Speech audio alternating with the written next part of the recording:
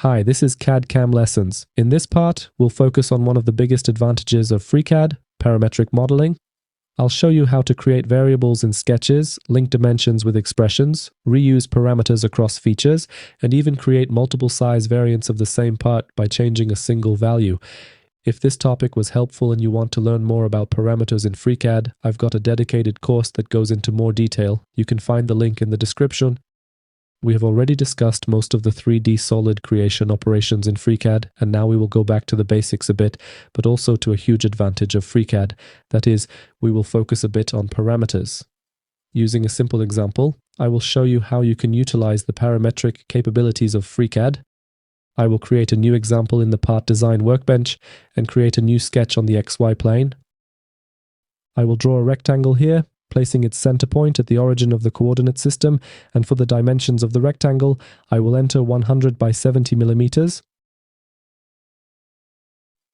I right-click to cancel the command. Okay, we have our sketch. As I mentioned before, FreeCAD is parametric software.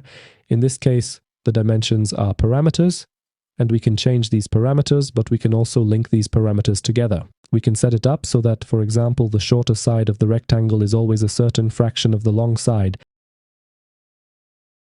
To do this, we first define this dimension as a variable. We double-click here with the left mouse button, and we have the name field. We will name this dimension L1.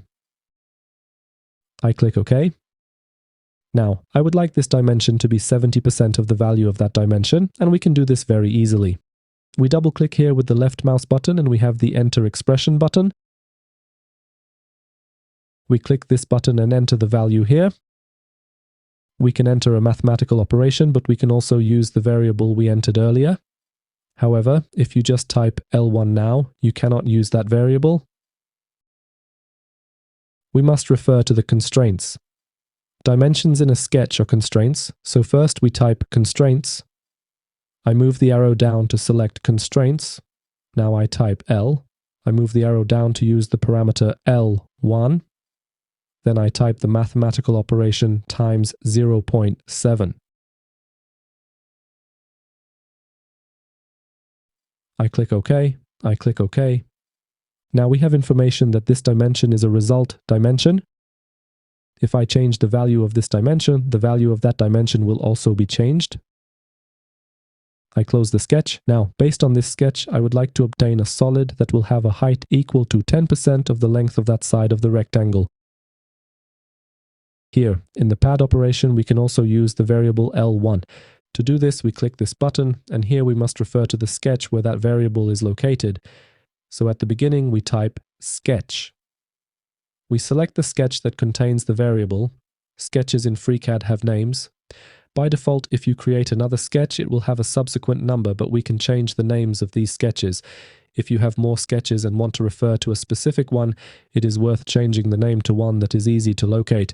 Here I am referring to the first sketch. At this moment, we only have one sketch in the project. Next, I refer to constraints, and then to the parameter L1. I divide this parameter L1 by 10. I click OK. I click OK. Now, if I change the length dimension of the side of the rectangle, for example, I enter a value of 200 millimeters, the length of that side changes, and the height of the solid changes as well. As for this parameter L1, we can also refer to it in the next sketch. I will create another part of the solid.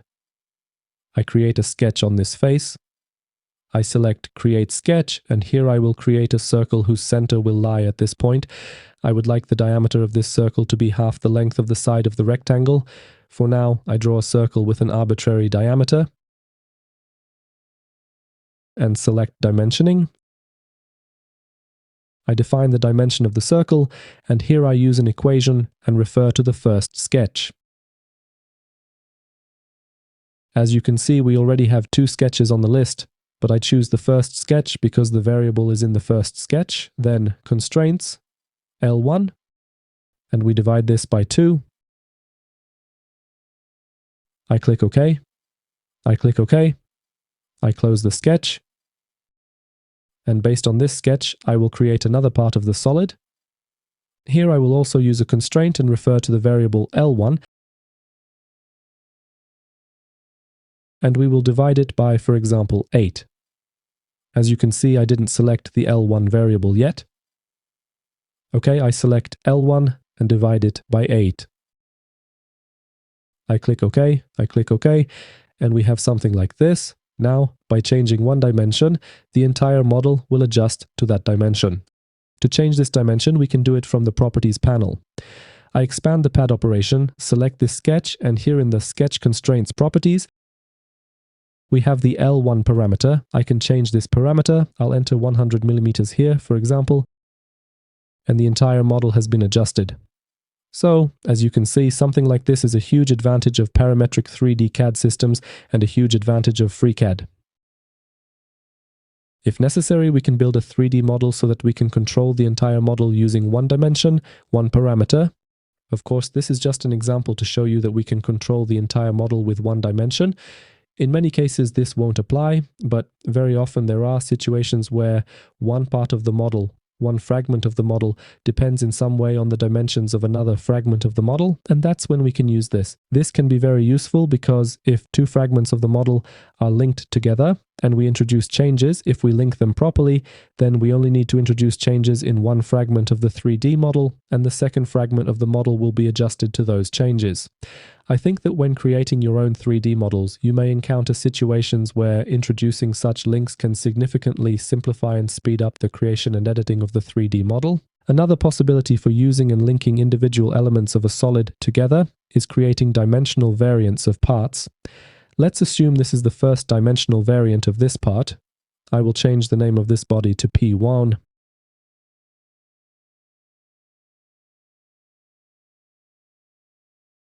Okay, and now I will copy the entire solid. I select the body, I press Ctrl+C, I select everything here. Okay, and I press Ctrl+V. A second body has been created. I change the name of this body to P2. Okay, and now I go to edit this parameter. Here I enter 150, for example. I press Enter, and we have a second variant of the solid. Now I select body P2, I press the space bar to turn off the visibility of this body, and here we have P1. I press the space bar to turn off the visibility of P1. Next, I select P2, I press the space bar and turn on the visibility of the second solid.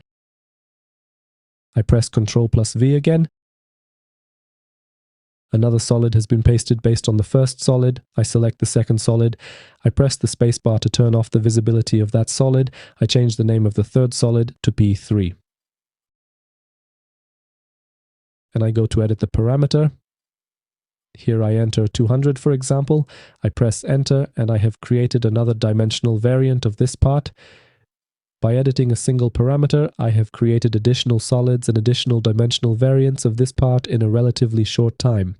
So, this is another example of the capabilities of FreeCAD in part design. You now know how to build smart parametric parts using named constraints and expressions, and how to create multiple size variants in seconds. To see the next step and continue mastering FreeCAD, click the video on the screen or subscribe to the channel.